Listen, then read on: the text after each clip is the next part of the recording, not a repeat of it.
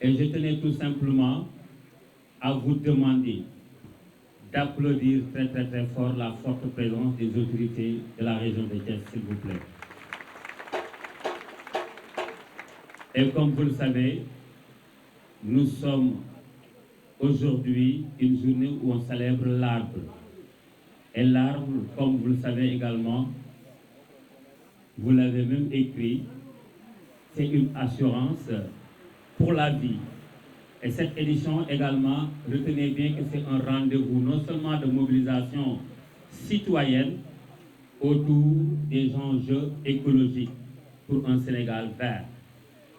On est là aujourd'hui parce que cela coïncide bien sûr avec un contexte marqué par la volonté de transition écologique, mais également de souveraineté. Donc, pour rappel, on est à la 47e édition. Et pourquoi? Parce que cette journée a été instituée depuis 1983. Et c'est le premier dimanche de chaque mois d'août. Le thème choisi pour cette année, le reboisement, souveraineté alimentaire, développement territoire durable. Et vous savez, planter des arbres, il y a 2 espèces qui sont à l'honneur aujourd'hui. Si je ne me trompe pas, monsieur le gouverneur, c'est le manguier et le baobab. Et je vous demande vivement d'applaudir la commune de Kermoussa qui a vraiment été choisie pour abriter ce bel événement. Et sans plus tarder, je vais rapidement partager avec vous le chronogramme ainsi libellé. On vient de terminer juste ce qu'on appelle les opérations de reboisement avec nos autorités. Et juste après, on va inviter M. Aliou Sis, le chef du village du sud de Recasement, qui fera son allocution de bienvenue. Juste après, on va accueillir bien sûr. Nous avons que Kermoussa est une commune plein d'artistes, plein de talents qui sont là aujourd'hui, qui ont répondu présent parce qu'on ne peut pas parler de reboisement, de mobilisation, d'information, de sensibilisation sans parler de nos acteurs culturels qui sont là très mobilisés aujourd'hui et je vous demande de les applaudir très très très fort. Merci aux acteurs culturels qui sont là et juste après le discours du chef de village, on aura le discours du maire, l'infatigable M. Momarcis, qui mérite des applaudissements également, le maire de la commune de Kermoussa, et nous aurons l'allocution du président du conseil départemental de Thiès, et juste après, nous avons les soldats de l'environnement, avec à sa tête le colonel Elhadji Malick John, qui est là présent, et juste après son allocution, on va donner la parole au gouverneur qui va clôturer, et on invite tous les Sérères à la pause déjeuner. Seulement les Sérères, Tapula ni Diola. Merci. Alors, sans plus tarder, mesdames et messieurs, je vous demande, comme nous sommes là pour la cause république, tous de vous lever chanter l'hymne national du Sénégal avant de commencer. Didier, si vous êtes prêts.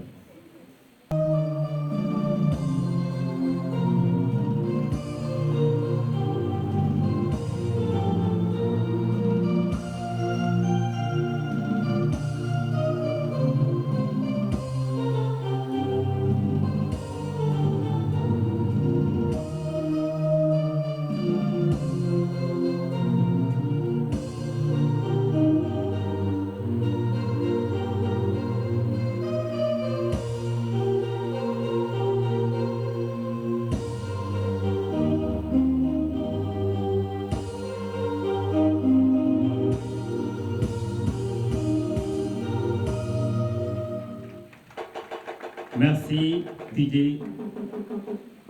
Et mesdames et messieurs, je vous demande s'il vous plaît d'accueillir sous vos applaudissements le chef de village du sud de Recasement, M. Aliou Sis, il est là. S'il vous plaît.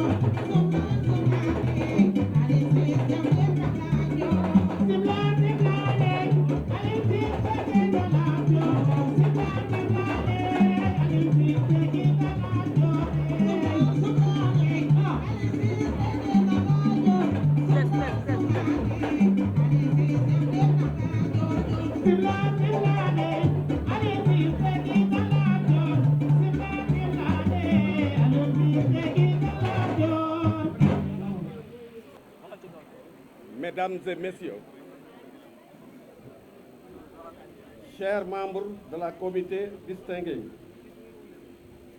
Messieurs les autorités administratives, nous sommes profondément honorés et ravis de vous souhaiter la cordiale bienvenue dans notre village Kessoukhar, lieu symbolique de notre résilience et de notre engagement pour un avenir plus vert.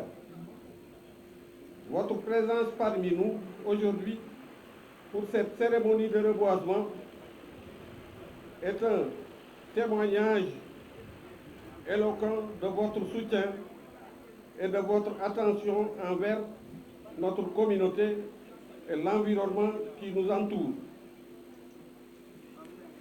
Nous vous remercions d'avance d'avoir pris le temps de vous joindre à nous pour cette initiative cruciale qui vise à environner plus sain pour les générations futures, particulièrement dans un contexte où notre village est l'épreuve du déplacement. Nous témoignons à exprimer notre gratitude la plus sincère à votre présence. Monsieur le gouverneur, votre engagement constant en faveur des populations déplacées et la restauration environnementale de notre lieu de vie. Nous remercions également les services techniques de l'environnement, les élus locaux, les ONG et toutes les bonnes volontés qui ont contribué à l'organisation de cet événement.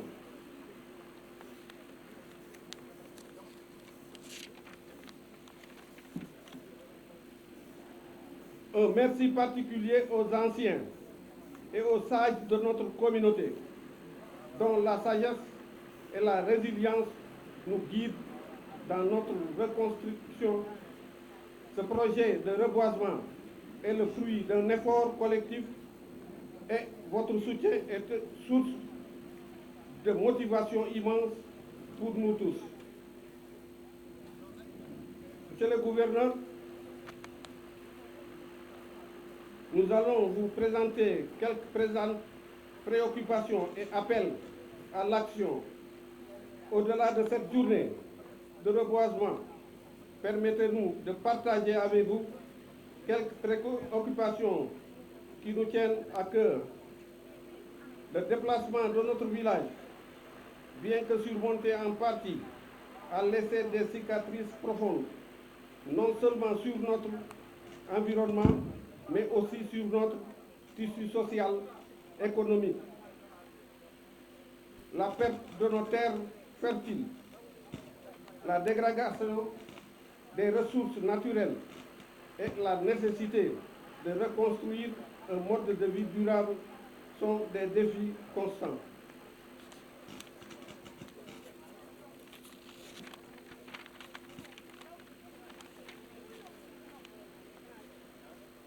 Et voici la présentation des préoccupations majeures du site de recasement et des villages qui l'entourent. Excellence, malgré le projet KMS3, les populations de la zone sud de Kermoussa, notamment des villages de Soun Serel, Tchambok, Soun Wolof, Kachalik, Kessoukhar, Landou, Touli, voisins de l'installation, continuent à faire face à des problèmes de manque d'eau. Pourtant, les tuyaux transportant l'eau vers des localités plus éloignées passent par leur territoire sans qu'elles ne puissent en bénéficier. Excellence, nous avons besoin de votre aide pour la régularisation foncière des parcelles résidentielles du site de recasement, pour nous permettre d'avoir des titres fonciers. Tout le monde sait que la délibération est un document administratif, pas un titre de propriété. Ce système existe au Sénégal depuis des décennies, et bien qu'il soit largement utilisé, il prête souvent à confusion. En effet, les nouveaux logements du site de recasement sont acquis sous forme de délibération, ce qui fait penser à un droit de préoccupation non propriétaire, mais il s'agit en réalité d'un simple permis d'occupation.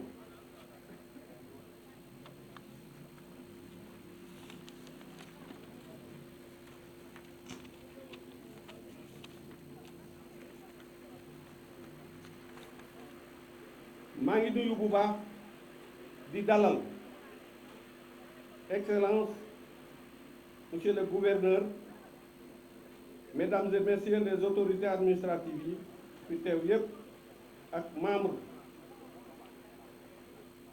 yu communauté de Kër Moussa ak ñu invité yépp.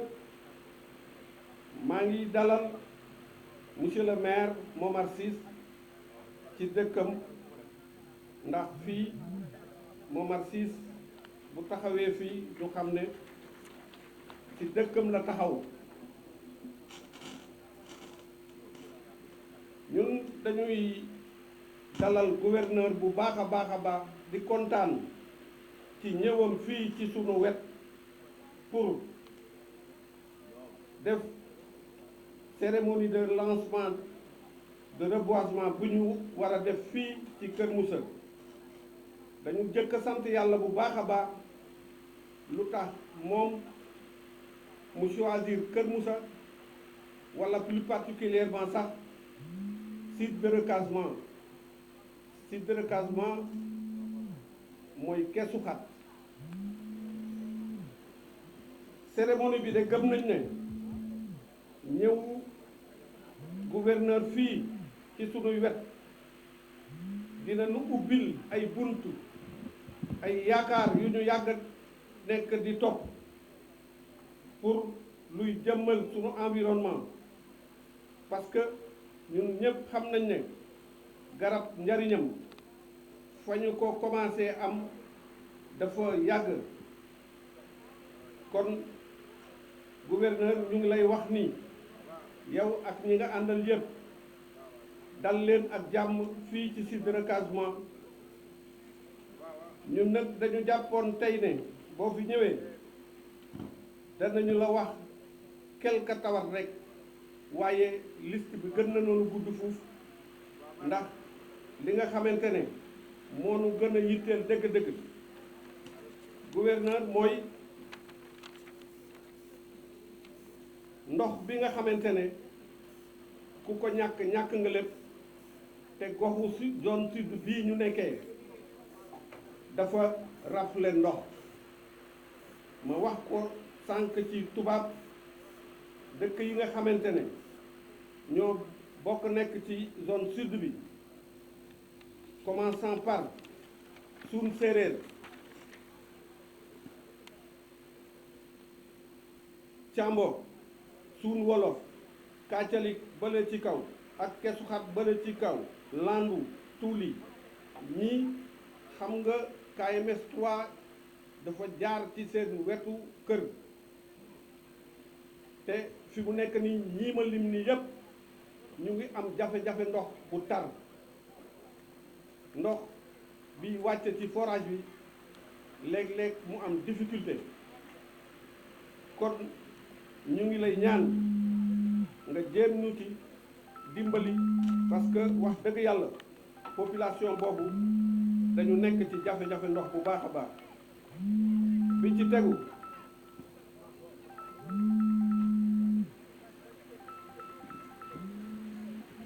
fii ci site de recasement bi ñun dey aéroport Blaise Diagne moo ñu toxal andi ñu fii depuis 2014 ba tey ñu ngi fii.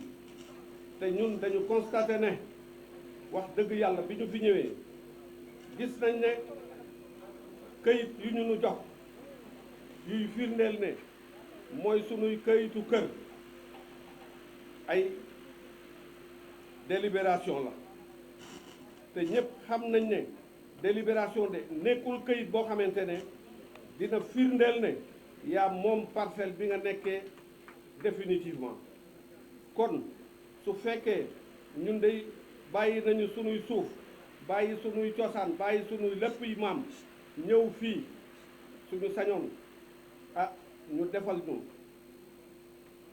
këyit yooyu muy ay titre foncier parce que loolu dañu ko wax ci paar bi balaa ñuy ñëw fii wax nañu ko ba frais yi ñu wala liggéeyee loolu ñoom associé woon nañu ko donc ñu ngi lay laaj monsieur le gouverneur ñu dimbali ñu ci loolu bi ci tegu te moom laay mujjee mbir yi bari na waaye bëgguma taxaw fii lu yàgg mooy yoon bi nga xamante ne moo jóge Pout ba AIBD da ngay romb leelo séeréer nga romb site de recasement romb suur leen a ngi ci wet bi landoo ngi ci wet bi caambox mu ngi ci kanam encore yoon boobu yaakaar naa ne ci ngeen jaar gis ngeen nu mu mel te xam naa bu tawoon biig walla tey ci suba kon aksi bi fii dina metti trop kon yoon boobu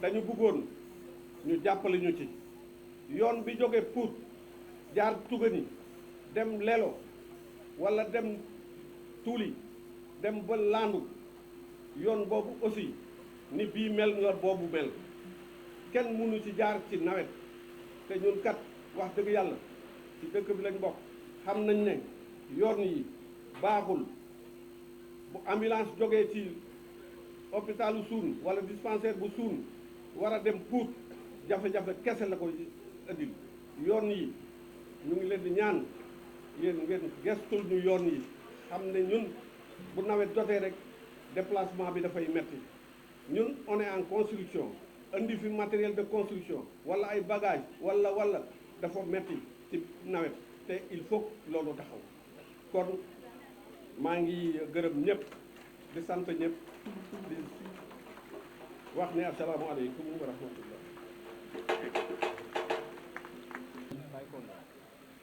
ñu tàcc ko waat bu baax a baax a baax. Il a magnifié la journée, également apprécié le fait qu'on choisisse son village pour abriter l'événement. Mais quand même, il en a profité pour faire part de cette doléance, c'est-à-dire le manque d'eau et autres. J'espère que les autorités ont bien se saisi.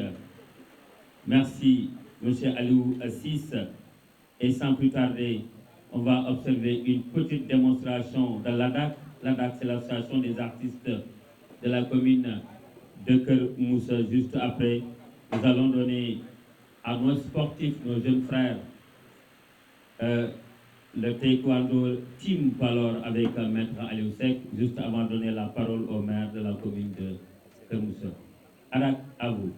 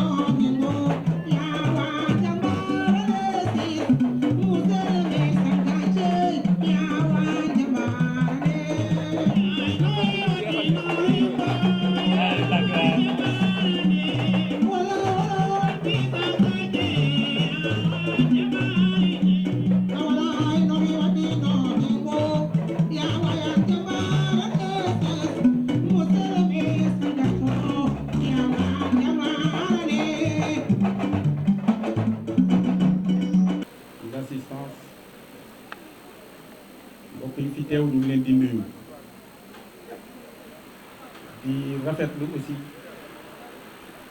mobilisation bi mais di rafetlu teewaay bi balaa ñuy sori nag ngeen may ñu tuuti ñu remercier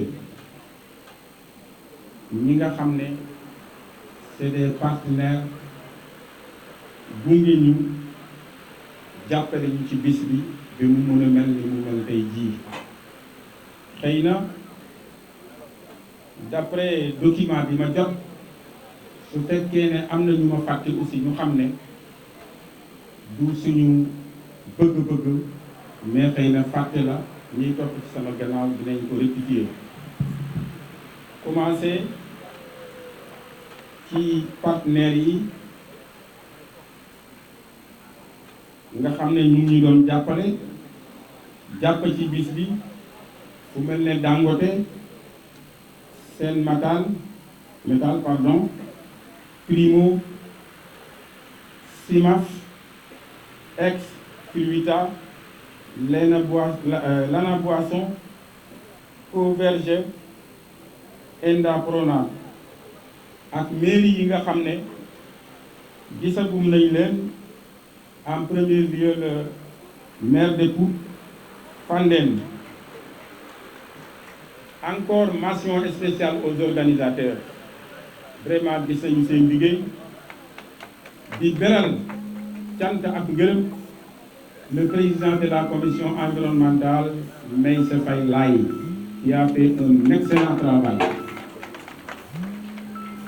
ñooñu ñëpp nag le cabinet CRCI coiffé leen ba journée bi mën a mel ni mu mel tey jii donc ñu ngi leen di sant di leen gërëm ceci dit monsieur le gouverneur de la région de Thiès monsieur le préfet du département de Thiès monsieur le sous-préfet de l'arrondissement de Keur Moussa monsieur le chef de service des eaux et forêts, je vous nomme l'infatigable colonel John, qui a fait un excellent travail avec ses équipes. Honorables invités, à vos rangs et qualités respectives, monsieur le maire ici présent, mes chers concitoyennes et concitoyens, mesdames, messieurs, c'est pour moi un honneur et une immense joie de vous accueillir aujourd'hui dans notre commune à l'occasion de la célébration nationale de la Journée de l'Arbre, placée cette année sous le thème évocateur reboisement, souveraineté alimentaire et développement territorial durable. Ce thème vient à point nommé. Il nous rappelle avec force que planter un arbre n'est pas seulement un acte symbolique ou environnemental, mais plutôt un acte de responsabilité et de vision à l'avenir. C'est-à-dire un acte de haute portée civique. C'est un geste fondamental pour la sécurité alimentaire, la protection de notre sol, de nos eaux, de notre biodiversité, donc notre souveraineté. Cette année, nous avons choisi de mettre à l'honneur deux arbres emblématiques, le baobab et le manguier. Le manguier, par sa générosité, nous offre des fruits nourrissants riches en vitamines et source de revenus pour nos familles. Il symbolise l'union entre l'agriculture vivrière et l'économie locale. Quant au baobab, majestueux et résilient, il incarne la force, la mémoire et l'ancrage dans nos traditions. Ses feuilles, son écorce, ses fruits, tout en lui et titube. C'est un pilier de développement durable, local et patrimoine vivant.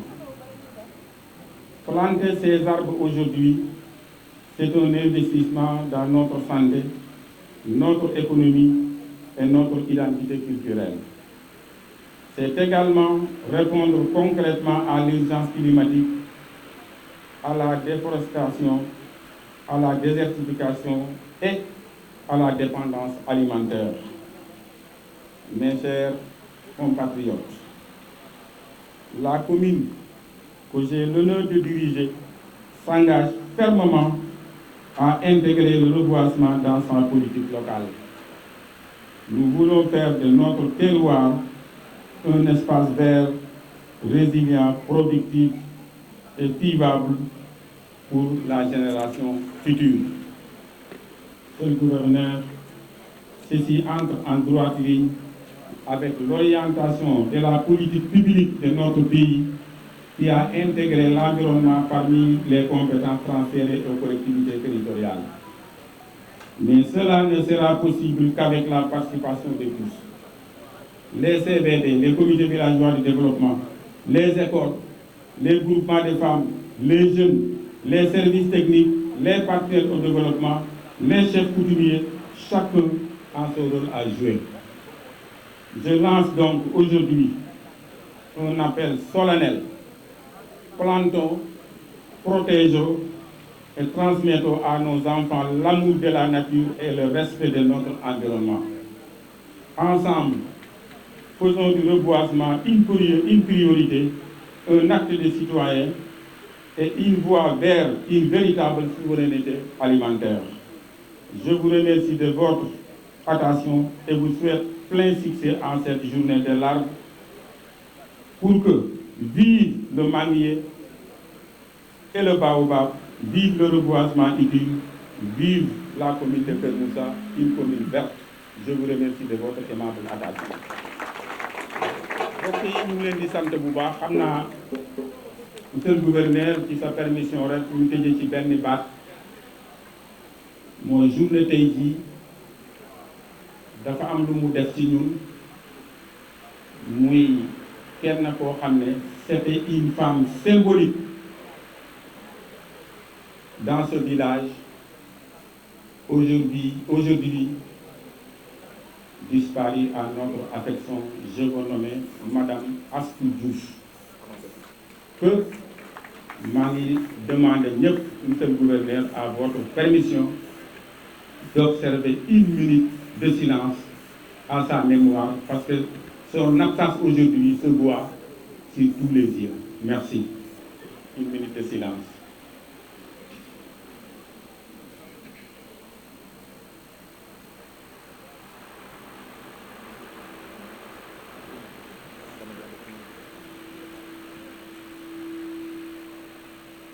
ak keneen koo xam ne dafa bokkoon ci ñun bërka démb rek la ñu tàgg muy Adama Ndiaye. Il était le président de la commission des affaires religieuses et sociales aussi ñu boole ko ci ñaan yi ñu leen di sant di leen gërëm wa salaam. Merci.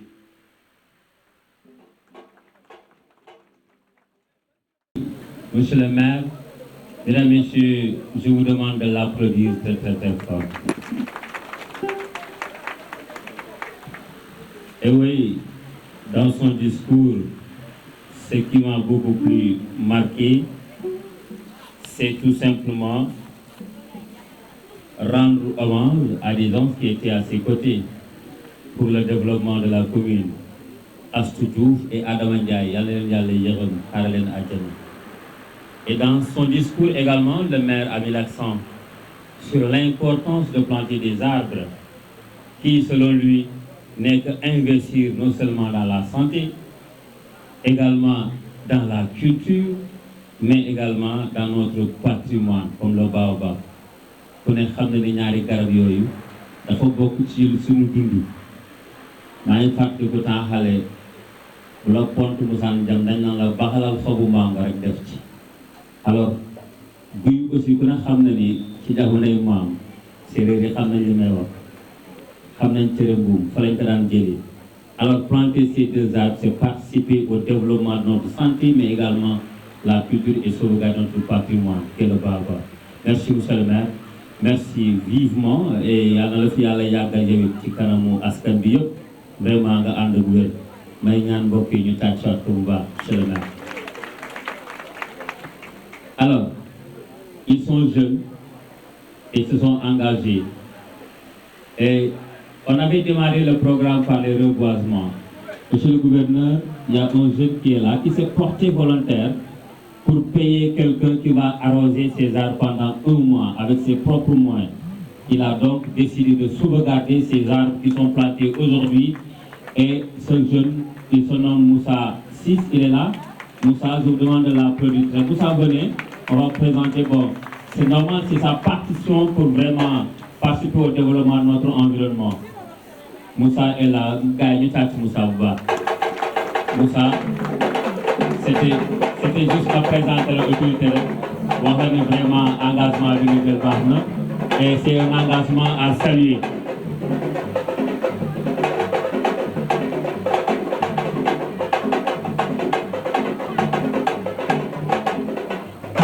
Merci. Et il est là également, il a fait le déplacement parce qu'il veut participer à cette cause. Son nom est connu sur le plan national et international. Son nom c'est Djeba. Il est là, je crois que vous avez Djeba, hein? Le grand chanteur. Il est là? Est-ce qu'il est là? Normalement, il devait être là. Parce que je l'ai vu.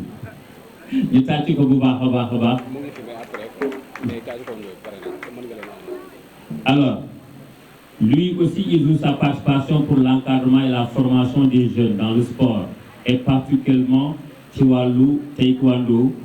Et lui, c'est Maître Aliou Sek. Il a formé pas mal de jeunes qui sont vraiment déviés, et parmi eux, il y a certains qui ont même participé à des compétitions internationales et qui ont gagné des médailles. Oui, je vous demande de l'applaudir très fort. Ces jeunes que vous voyez ici, il y a certains qui sont actuellement en compétition internationale, qui sont en regroupement. OK? Alors, avant qu'ils s'installent, je vous demande d'applaudir notre artiste Djeba, s'il vous plaît, sous vos applaudissements.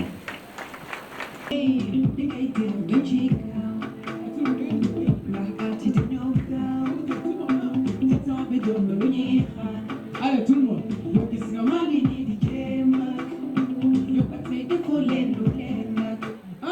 Yo le tome firi moma, yo te yo puso pasona.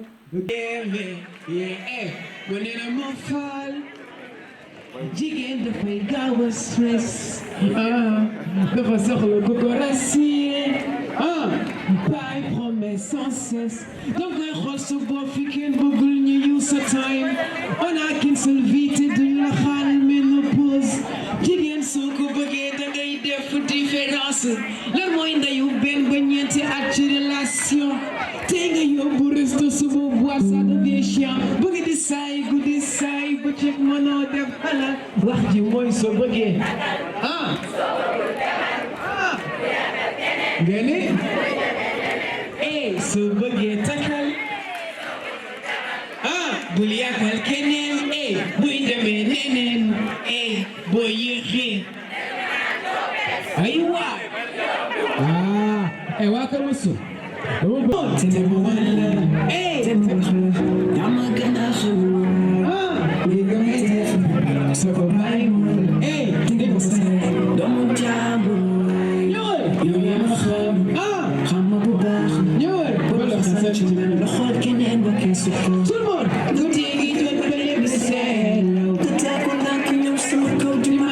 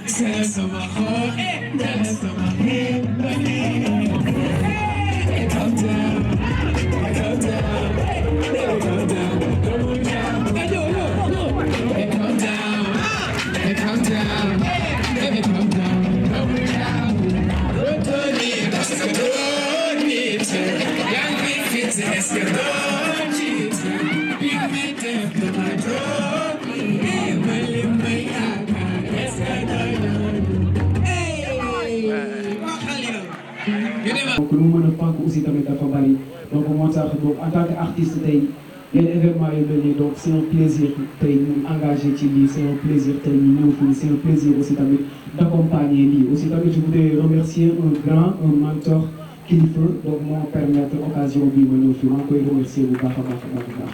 Merci à tout le monde, merci. Merci. Et voilà. Gouverneur de la région de Thiès, Monsieur le préfet, Monsieur le maire, honorables invités, vous comprendrez avec moi le lourd fardeau que je porte sur mes épaules devant cette auguste assemblée pour parler au nom de la Cité Lamy. Un quartier vert, un quartier engagé, un quartier déterminé.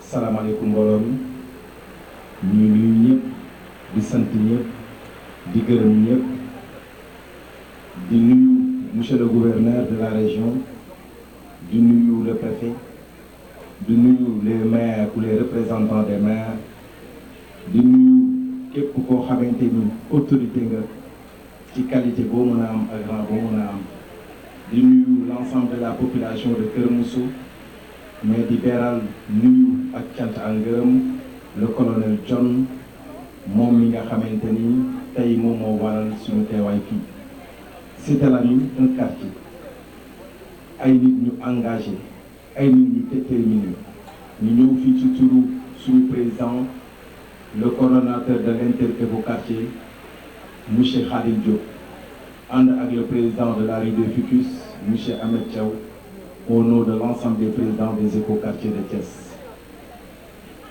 di wax ni rek tey mbékk la ak cant ak ngërëm ñu teew fii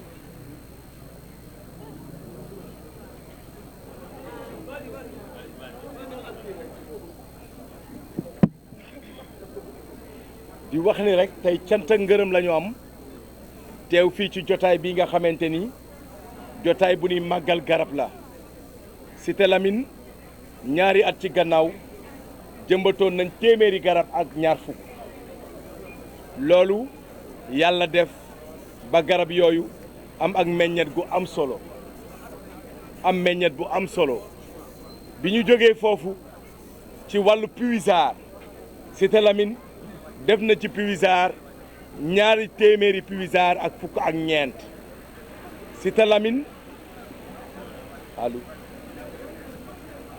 Cité Lamy def na ci wàllu peinture lu toll ci 4000 mètres de pavage Cité Lamy def na 6500 mètres de murs de clôture réfectionnés construits 10 000 mètres de murs peints et en différentes couleurs loolu nag li ñu ko may leen rek la moom mooy jàppoo bennoo amul benn autorité amul kenn ku ci teg loxo lu dul la population de Cité Lamy ak les bonnes volontés de la Cité Lamy loolu nag lenn rek moom moo ko waral on s'est dit Cité Lamy à chaque fois am na une équipe boo xamante ni ñëpp ràññeetle nañ ko muy la Cité Lamy ñuy gagné ay coupe ñu ne pourquoi pas ñu xool suñu cadre de vie parce que cadre de vie bi ñun ñoo fi dëkk ñun ñoo fi nekk ñun ñoo ko war a sàmm ñu war a génne benn slogan bu ñuy faral di wax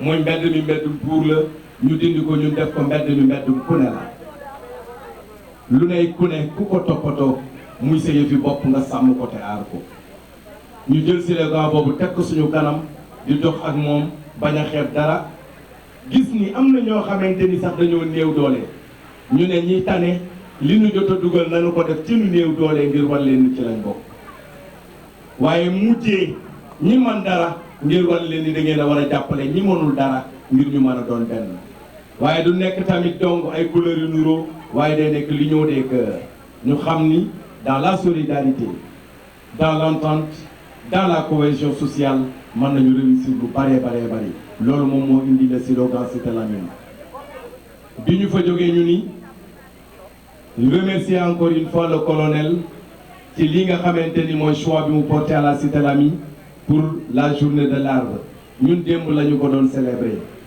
mais démb jëmbat nañu lu toll ci junni ay garab ak ñaari téeméer ak fukk ak ñeent waaye yamul ci jëmbat ko mu war a jur ñett doo ko jëmbat bàyyi ko danga koy jëmbat sàmm ko soo ko jëmbatee sàmm ko mu jariñ la sa njariñ sa askan mu mën a jur leneen ku fa romb mu man ko keral su meññee nga man ko jariñoo waaye di ci noyyi air bu neex boo xamante ni dina mën a guddal sa fan kon yéen ñu sàmmloo leen ko sàmmloo ko askan wi ngir njariñ yi ñu mën ko gis ñu ñëpp jërë ngeen jëf. jaajëf di tàccaat ko bu baax a baax et Lamine kon je crois que l'exemple est donné et que Moussa va faire de même. Site de recasement va faire de même. Appel B est lancé à l'endroit des autorités, en commençant par le chef de village Aliou 6 et le maire de la commune Moma 6. Sans plus tarder, nous allons accueillir le président du conseil départemental de Thiès ou son représentant, s'il est là.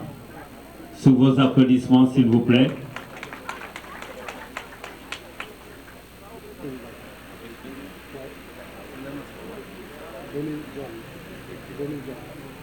salaamaaleykum mbooloo mi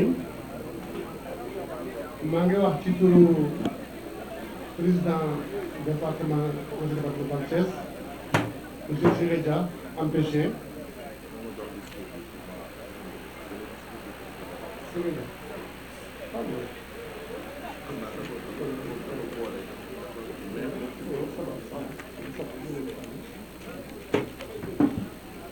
donc wax ci turu président conseil départemental Thiès monsieur Siré Dia di wax simplement ne mu ngi kontaan ci journée bi la journée de l'arbre journée wu nationale boo xam ne ñëpp war nañoo comprendre ne lu nekk national ñëpp ñoo ko moom ñëpp ñoo ko bokk li commencé national mu ngi tàmbalee ci suñu président Bassirou Diomaye Diakhar Faye national mooy président ànd ci journée bi parrainé ko jox ko gëddam jox instruction yu wóor waa Sénégal jox ko gouverneur yi préfet yi sous-préfet yi ak ñëpp ñuy liggéey autour des gouverneurs profiter aussi remercier collaboration tous les chefs de service départementaux et régionaux qui sont là aujourd'hui, en tête le directeur régional des eaux et forêts, l'inspecteur John.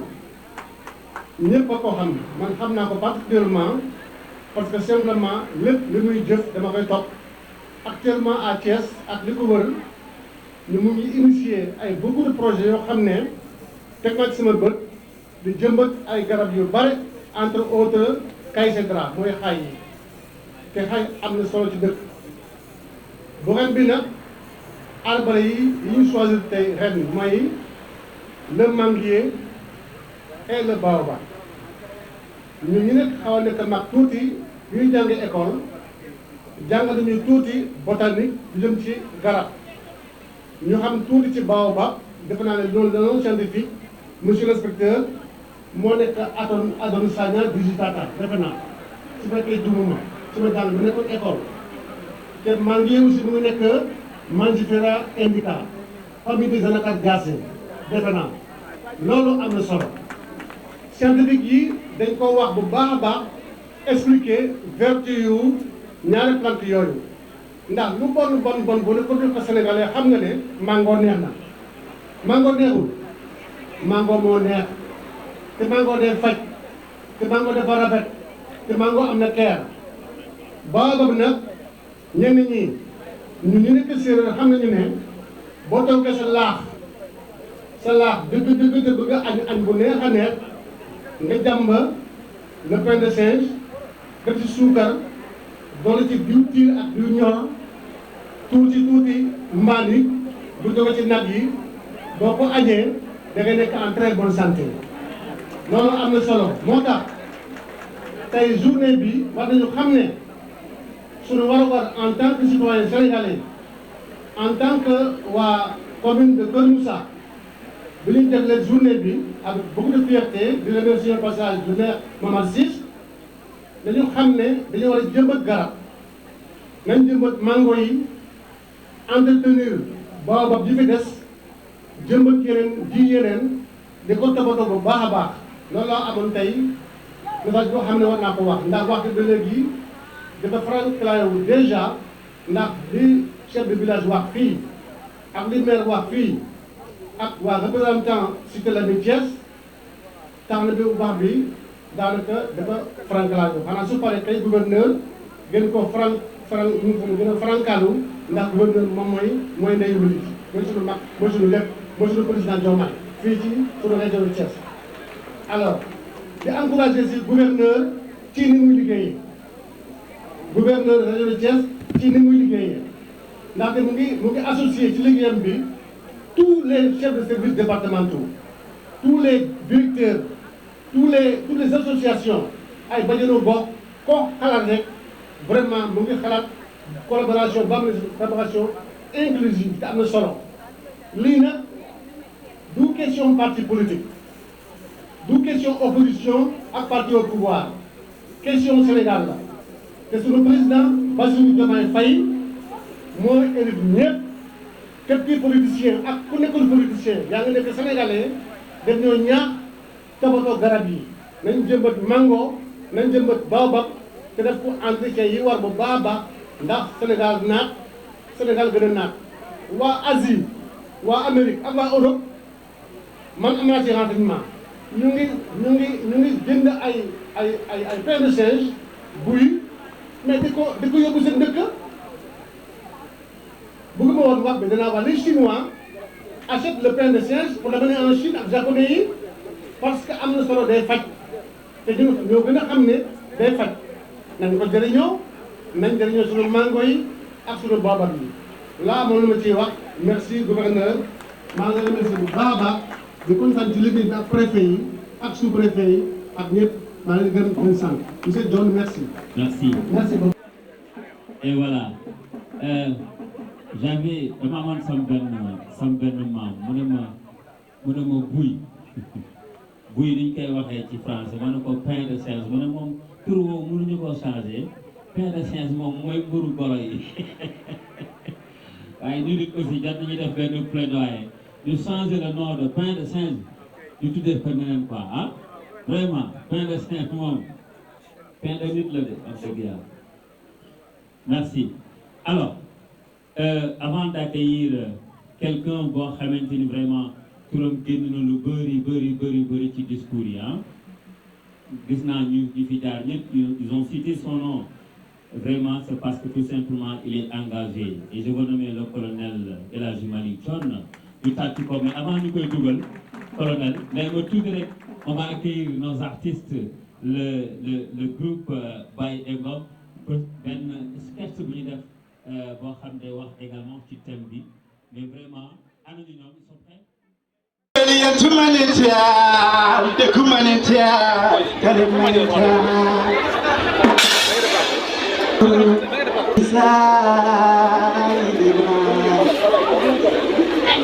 Shira sabadaba lil muhtar pujatam tabax sedine lerna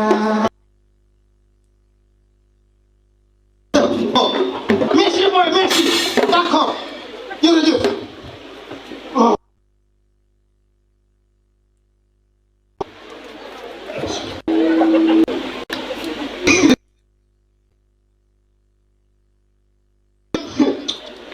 xanaa ma bañ fee jaar ni kii man maa koy sàmmal sama bopp ndax maa ko jëmbat te xam naa njariñu garab ñi njàppale du sax nag waaw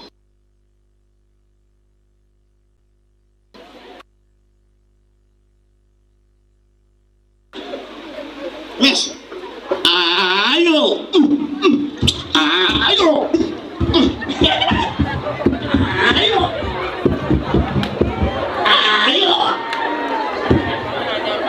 Kan yang daun masuk kan sama video ya kalau dengan tegak masuk madu mana kalau mana kalau keren mana kalau su video ya man si laa xëy si laa kon ay dëgg rek ak maa mën a dëgg moom ma dëggal xool ko monsieur le maire gis nga man dëgg daa ko mën ma dëggal ni yow xool na nga génn ci man ah voilà na nga génn ci man rek xaama dëggal la waaye man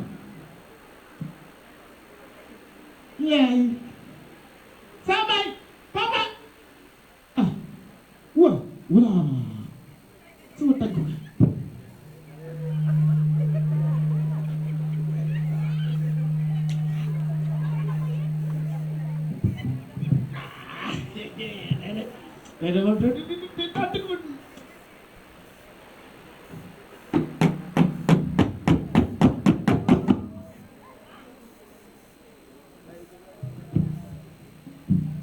bàyyi sama micro bàyyi sama micro da nga génn ci maanaam day mel ni ñoon ba xaaral ma dem beekam yéen fii neexul dara amul wax amul dara xool ko soppe nga ni mbëggeel boo ko nëbbee ni garab boo ko nëbbee dalay jaay jaay jubóog man ay waay ana ñu ne woon du sax kii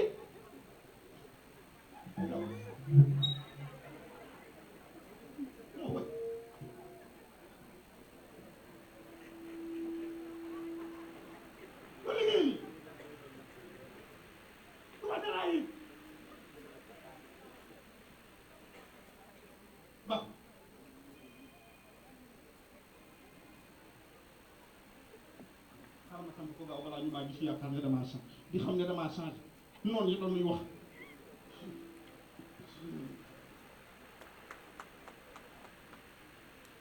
damaa xere yi ku dem nag ba yii la wala mbaam yi lii baax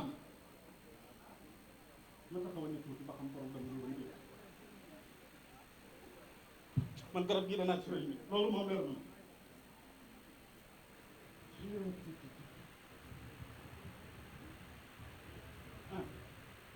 bu baaxee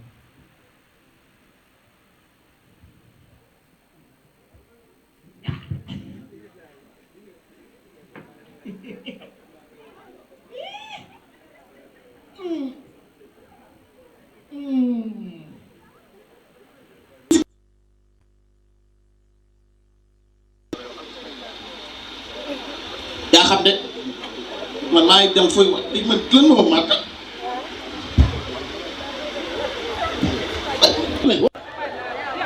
yàlla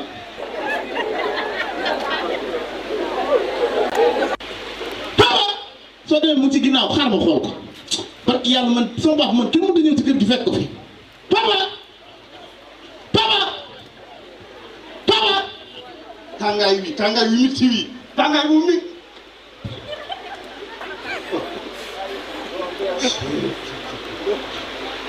non du sax noonu wax na dëgg lii du sax lii attends saamaam daan na xool benn mee ko xam ñaata nit ko bokk ci war naa xam yaakaaroo ne mattu mbaam la wala seetal ma bu baax du gémmiñu mbaam la te mbaam booy ñoom rek ko am ci site bi danaa ko fekk këram attaqué ko parce que lii xaar xaw ma def dernière sam attaqué ko ngir mën a kii sama objectif xaar attends xaar non xaar su ma demee day ñaaw faw ma def stratégie may leen ma ko tuuti xaar comme par minute lay def si attends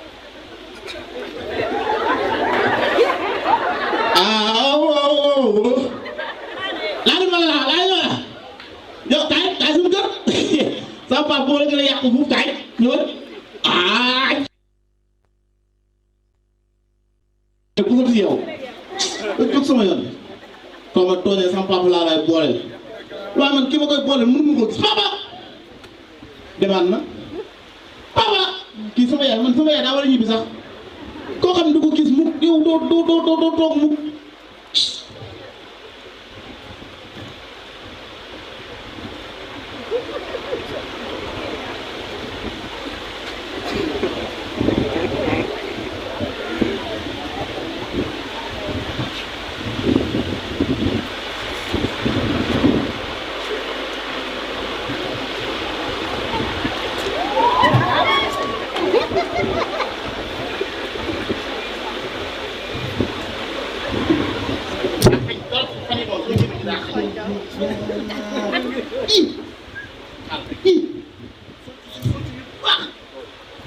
yi damay wàññi am kii kon mbaam bi day wax kon ki ma yaakaar mbaam sax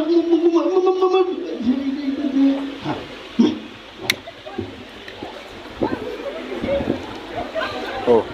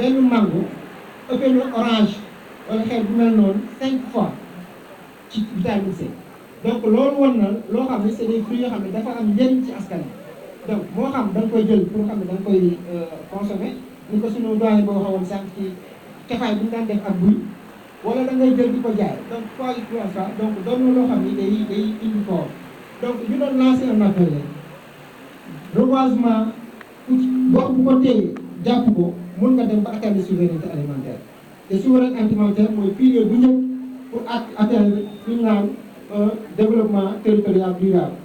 D'ailleurs bu ñu delluwaatee ci l'agenda de développement national l'agenda de développement national donc def nañu ni l'objectif majeur mooy un développement endogène porté par des territoires responsabilisés donc mu mel ni jamono toll na foo xam ni dañoo xaar ci communes yi xaar ci quartiers yi ñu jël environnement jox ko gëddëm xam importance mu am xam menace yu am yu peser ci environnement moo tax dañuy lancer un appel muy quartier yi naka ci Clément de Thiès fu mu ne ci Sénégal donc ña fay yeewoo war nañu mën a jël la promotion de l'environnement jël ko à bras le corps buñ ci xaar kenn jël garab jël parce que forêt am na 500 000 plants yu koy xaar ci pépinière yi donc loolu yëpp dañ koy distribuer askan bee tax ñu amal ko foofu la région am na 21 pépinières fi ngeen dem plan fa il suffit juste de faire une demande ñu jox leen plan ngeen dem jëmbat nag baax na lool mais la ci gën a am solo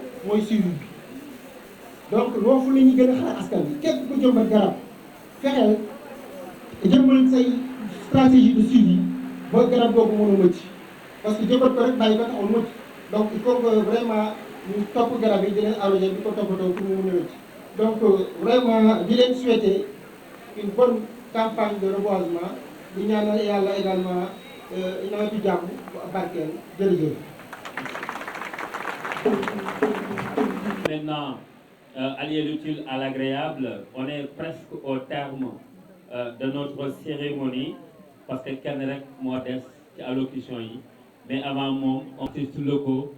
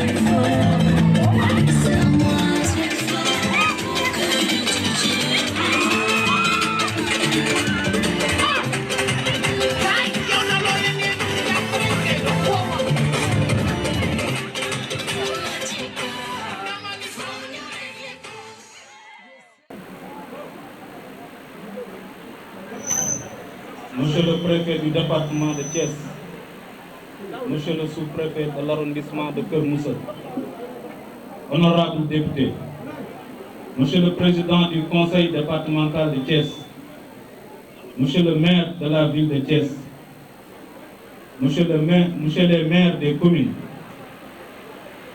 Monsieur le chef de village du site de recasement de l'aéroport international Blaise Diagne, Mesdames, Messieurs les représentants des forces de défense et de sécurité, Mesdames, Messieurs les chefs de services régionaux et départementaux, Mesdames, Messieurs les représentants des organisations communautaires de base, des associations ou regroupements de jeunes, de femmes, de personnes vivant avec un handicap, Mesdames, Messieurs les représentants des sociétés de la région de Thiès, représentants de la société civile, représentants des ONG, Mesdames, Messieurs les représentants de la presse locale, Mesdames et Messieurs, chers invités, il me revient l'insigne honneur de présider, au nom de son Excellence, M. Bassirou Diomaye Diakhar Faye, président de la République du Sénégal, et de tout le gouvernement, la cérémonie officielle de la célébration de la Journée nationale de l'arbre, ici à Keur Moussa. Je le fais avec autant de plaisir et d'enthousiasme que je connais l'engagement et la disponibilité des populations de Keur Moussa à œuvrer pour un développement local, écologiquement soutenable et socialement équitable. Cette journée de l'arbre, instituée par le décret numéro 83-751 du 16 juillet 1983, est célébrée annuellement le premier dimanche du mois d'août sur toute l'étendue du territoire national. Elle constitue un moment fort de mobilisation sociale, d'échange d'informations, de sensibilisation, dans l'optique de renforcer l'adhésion collective et effective de tous les acteurs de la région au reboisement et à la gestion rationnelle des ressources naturelles.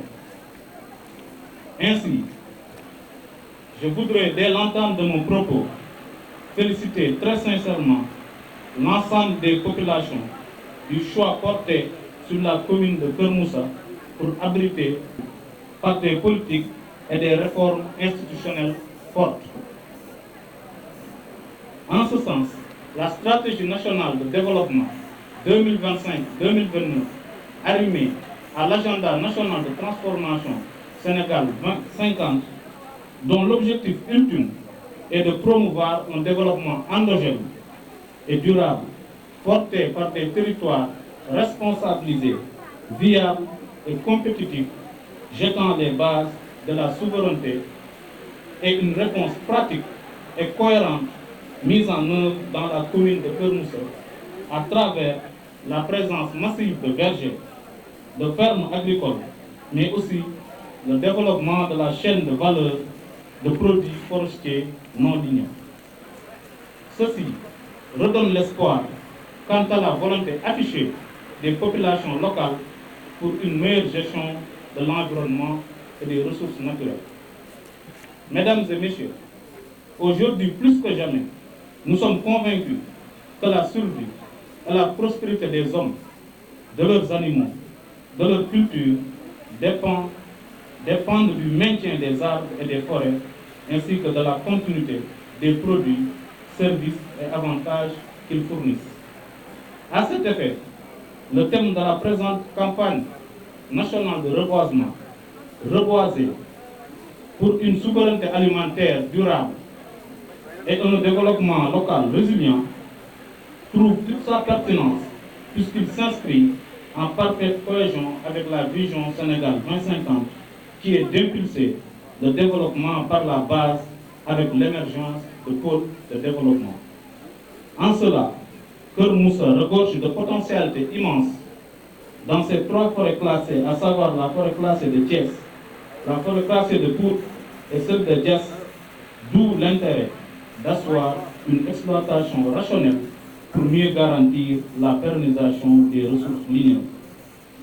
Cette année, d'importantes innovations sont proposées par l'inspection régionale des eaux et forêts de Thiès pour un reboisement inclusif partout dans la région de Thiès. Il s'agit essentiellement de l'organisation d'un championnat régional de reboisement qui va mettre à contribution toutes les 3006 associations sportives et culturelles de la région, réparties entre les deux structures que sont ORCAF et ORGAM. Chaque ASC devra recevoir 100 plants, dont 40 espèces fruitières pour la durée d'un championnat de 2 ans. Des équipes composées par les services techniques compétents et les partenaires au développement procéderont à l'évaluation du taux de survie et du taux de réussite à partir de la seconde année. À terme, il est prévu de reboiser 300 600 plants lors de ce championnat. Pour ce faire, je lance un appel à l'ensemble des sociétés minières et des entreprises de la région de Thiès à une meilleure prise en compte de leurs responsabilités sociétales, pour ne pas dire de leurs responsabilités sociales et environnementales. À cet effet, je saisis cette occasion pour leur demander solennellement d'apporter leur contribution pour réussir ce pari ambitieux. Ce n'est qu'à travers ce genre de stratégie qui implique les acteurs à la base que nous pouvons espérer sonner les glas de la déforestation et de la perte de la biodiversité dans la région. Honorables invités, cette année, les arbres parrains sont le Mangifera indica, communément appelé manguier, et l'Adansogna digitata, connu sous le nom de baobab. Ces deux espèces occupent une place prépondérante dans le système forestier sénégalais, plus particulièrement dans la région de Thiès. En réalité, la mangue est la deuxième production fruitière du Sénégal, soit 47% de la production de fruits. En outre, la production de mangue représente 20 000 emplois créés, dont 50% seraient occupés par les femmes.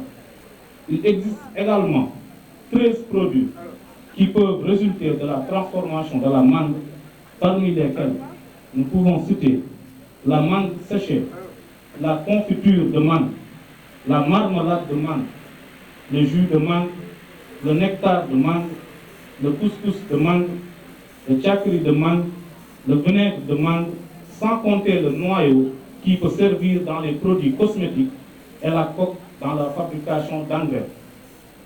S'agissant du baobab, il est l'arbre emblématique de notre cher pays, en raison notamment de l'importance culturelle qu'il a pour les populations, mais aussi et surtout de sa présence dans la flore sénégalaise. Les habitants se réunissent autour de cet arbre, symbolisant un arbre de paix, d'harmonie et de cohésion sociale. Ainsi, il apparaît évident que le baobab est bien plus qu'un simple arbre au Sénégal. Il représente un pilier de la culture, des traditions, mais aussi un symbole de vie, de force, de sagesse, de résilience et un élément essentiel de la vie spirituelle, sociale et culturelle des communautés. Mesdames, Messieurs, honorables invités, je ne saurais terminer mon allocution sans lancer un appel à toutes les couches de la population thiessoise.